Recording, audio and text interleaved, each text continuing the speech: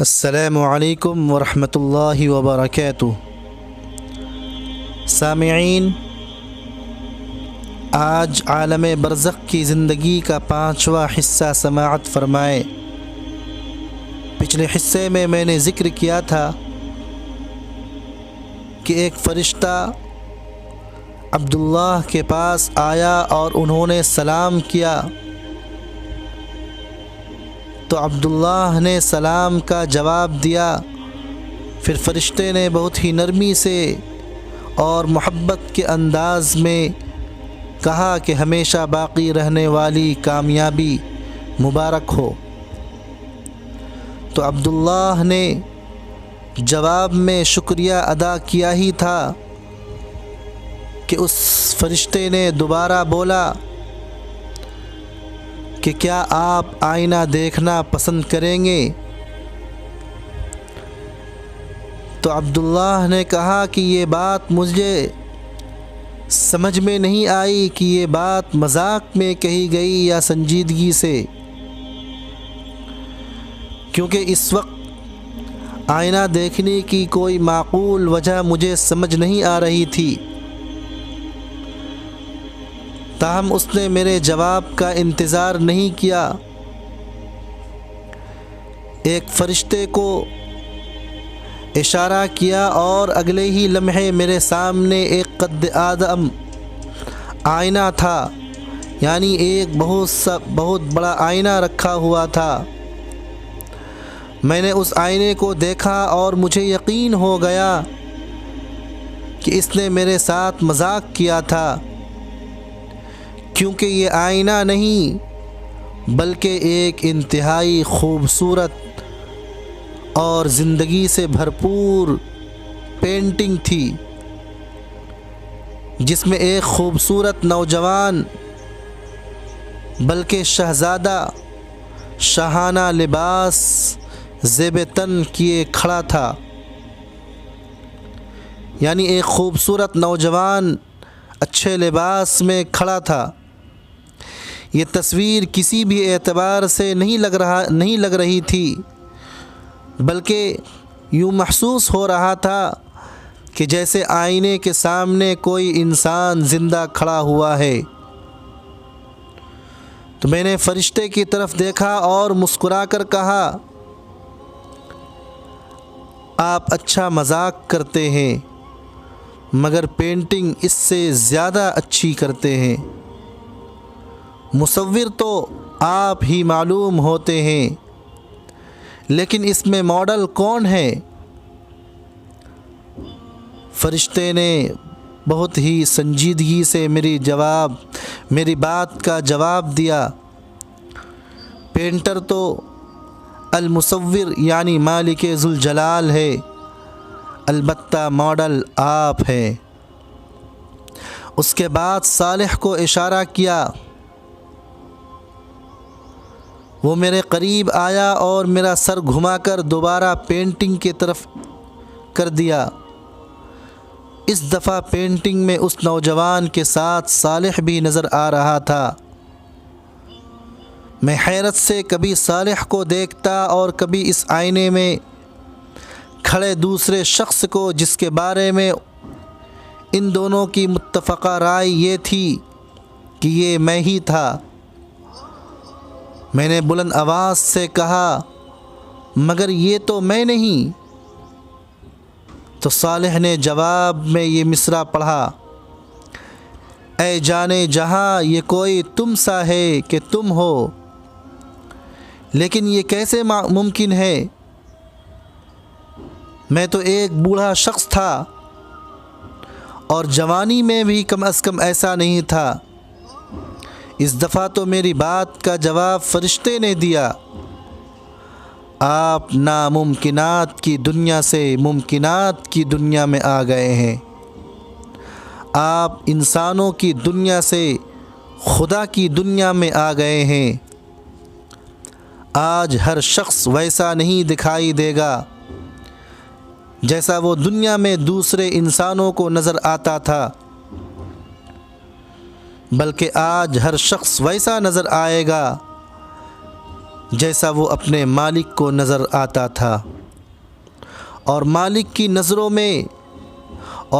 کی نظر میں انسانوں کی صورت گری ان کی گوشت پوست پر نہیں، بلکہ ان کے ایمان و اخلاق اور اعمال کی بنیاد پر ہوتی تھی۔ آپ اسے دنیا میں جیسے لگتے تھے ویسا ہی آج اس نے آپ کو بنا دیا ہے۔ ویسے یہ عارضی انتظام ہے۔ آپ کی فیصلہ کن شخصیت اس وقت سامنے آئے گی جب جنت میں آپ کے درجات کا فیصلہ یقینی طور پر ہو جائے گا۔ سردار آپ آگے جائیے، بہت سے دوسرے لوگ آپ کا انتظار کر رہے ہیں۔ تو ہم آگے کی سمت بڑھ رہے تھے، مجھے اندازہ ہو چکا تھا کہ اندر داخل ہوتے ہی مجھے جس تبدیلی کا احساس ہوا تھا وہ کیا تھی۔ میری چال میں بہت اعتماد تھا، شاید آئینے کا اثر تھا کہ آپ نے مجھے یقین آنے لگا تھا کہ رب کعبہ نے مجھے سرفراز کر کے میری بخت کو ہمیشہ کے لیے جگا دیا ہے۔ میری زندگی کے شب روز اس میں پیش آنے والے مسائل اب میرے لیے خواب و خیال ہو چکے تھے۔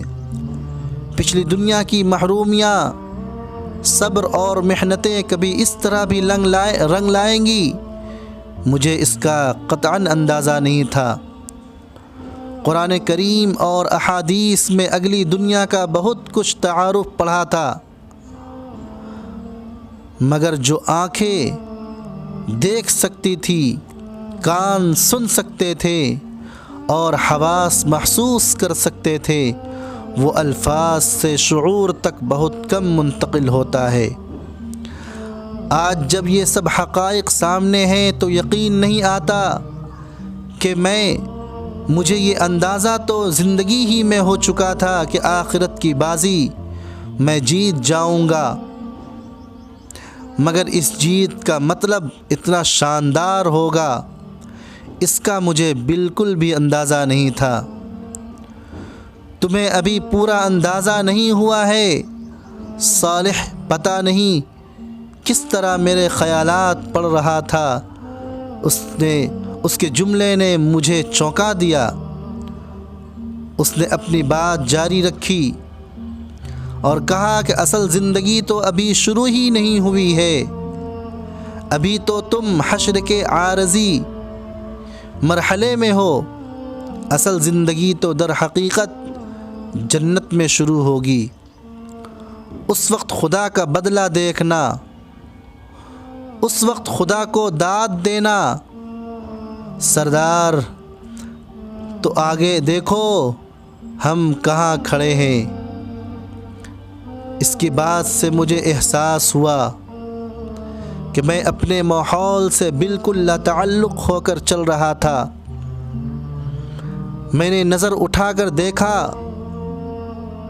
ہم اس وقت ایک وسیع و عریض اور سرسبز شاداب میدان میں تھے۔ آسمان پر سورج چمک رہا تھا، اس میں اتنی روشنی تھی پر دھوپ نہ تھی۔ آسمان پر کہیں بادل نہ تھے مگر زمین پر ہر جگہ سایہ تھا۔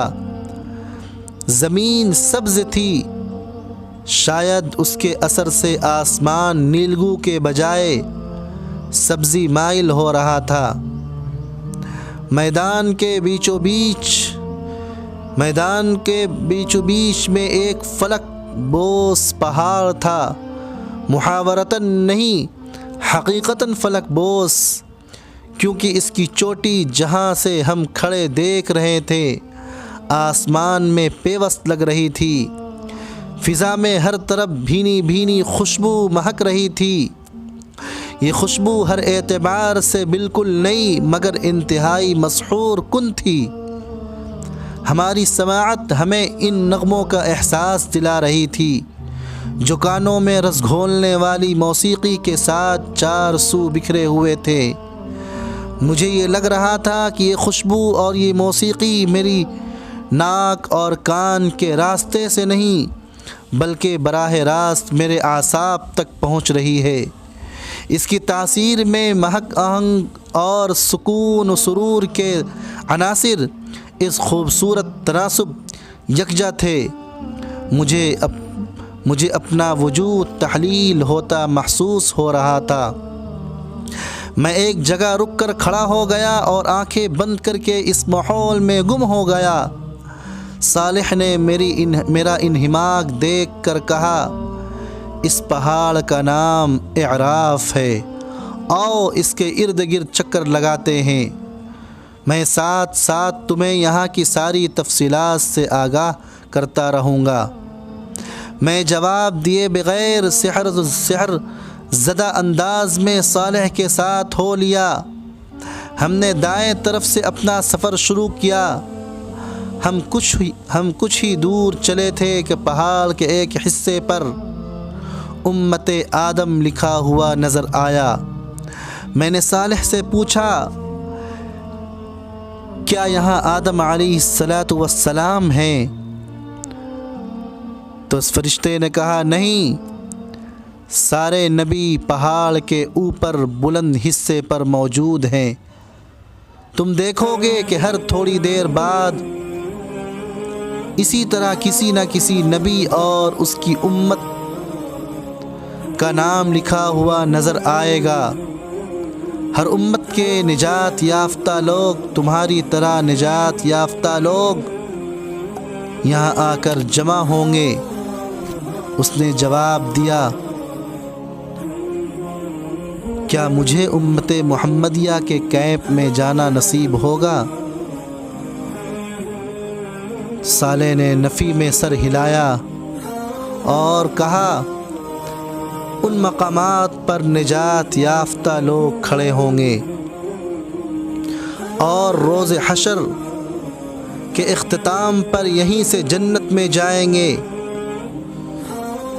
تمہیں پہاڑ کے اوپر جانا ہوگا، وہاں سارے نبی اور ان کی امتوں میں سے وہ لوگ جمع ہیں جنہوں نے نبیوں کی اتباع میں لوگوں پر حق کی شہادت دی۔ یہ لوگ یہیں سے انسانوں کے بارے میں خدا کا فیصلہ دیکھتے رہیں گے۔ اسی جگہ سے انہیں انسانوں پر گواہی دینے کے لیے بلایا جائے گا۔ ہر نامراد شخص جہنم کی طرف اور ہر کامیاب شخص پہاڑ کے نیچے اپنے اپنے نبی کے کیمپ میں آتا جائے گا۔ پھر ہر امت کے گروہ در گروہ یہیں سے جنت میں جائے گی۔ یہ وہ مقام ہے جہاں سے حشر میں ہونے والے ہر فیصلے کو براہ راست دیکھا جا سکتا ہے۔ جنت جہنم بھی یہیں سے نظر آتی ہے۔ اب اس حصے کو یہیں پر اختتام کرتے ہیں۔ انشاءاللہ بہت جلد اگلی ویڈیوز لے کر میں حاضر ہوں گا، لیکن اس سے قبل کہ آپ لوگ ہمارے اس چینل کو سبسکرائب کر کے بیل آئیکن دبائیں اور اپنے دوست اور احباب تک اس ویڈیو کو ضرور شیئر کریں۔ جزاکم اللہ خیر و احسن الجزا۔